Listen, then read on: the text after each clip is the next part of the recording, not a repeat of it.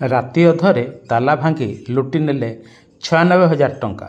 ଅରବିନ୍ଦ ନଗର ଦ୍ୱିତୀୟ ଗଳିରେ ଥିବା କିନାରୀ ରବିକୁମାର CMR ଜେନେରାଲ ଷ୍ଟୋରରେ ଲୁଟ୍ ଗ୍ରିଲ୍ ତାଲା ତାଡ଼ି 96,000 ଟଙ୍କା ଲୁଟି ନେଲେ ଦୁର୍ବୃତ୍ତ।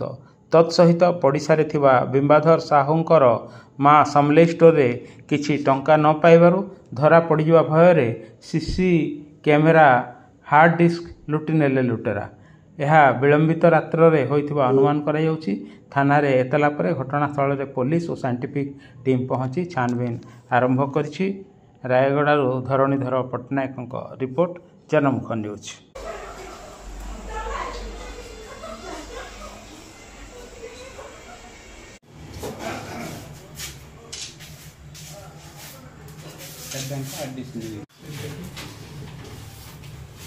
से बहुत पूरा खाते काढ़ी रखी थी आज्ञा।